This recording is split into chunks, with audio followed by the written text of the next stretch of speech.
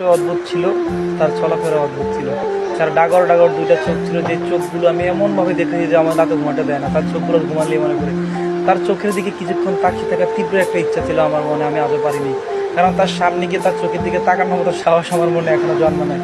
তার অবাক করা হাসি, তাকে লুকিং গ্লাসে দেখা, তাকে ফলো করা একটা নিদারুণ যন্ত্রণা, তাকে উৎসর্গ করে হাজার হাজার পোস্ট, হাজার হাজার স্টোরি বা হাজার হাজার টিকটক ভিডিও আপলোড করা, সব যেন কেন আজ থমকে গেল। কেন জানি বাস্তবতার কাছে আমি চুকে গেলাম, কিন্তু আমি মন থেকে তাকে এখনো প্রচণ্ড ভালোবাসি আর ভালোবেসেই যাবো।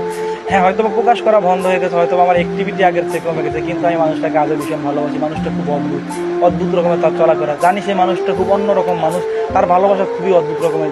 যে মানুষটা তাকে ভালোবাসবে বা সে তাকে ভালোবাসবে, সে উপলব্ধি করতে পারা ভালোবাসা কী জিনিস। আমি অল্প কিছু দিনে বুঝেছি ভালোবাসা কত মহান, কিন্তু আমি হাজার দিন কেঁদেছি। সবচেয়ে বড় ব্যর্থতা আমার এই জায়গায়, আমি কেন কেঁদেছি সেটা তাকে বোঝাতে পারি না, বা সে বুঝেও বুঝেনি। কারণ পরিস্থিতি এরকম ছিল, সে কখনো আমার দিকে তাকাতে পারে না বা আমাকে বোঝার ওরকম দুঃসাহস সে কখনো করতে পারে না। আমি এক কাঙাল ছিলাম, সে এক মহারানী ছিল, সে মহারানীর মতোই আছে। আমি কাঙালের বেশি রাজা রাজ্য থেকে এই দেশ ত্যাগ করতে বাধ্য হবো হয়তো কোনো একদিন। এই ভিডিওটা বস আপনি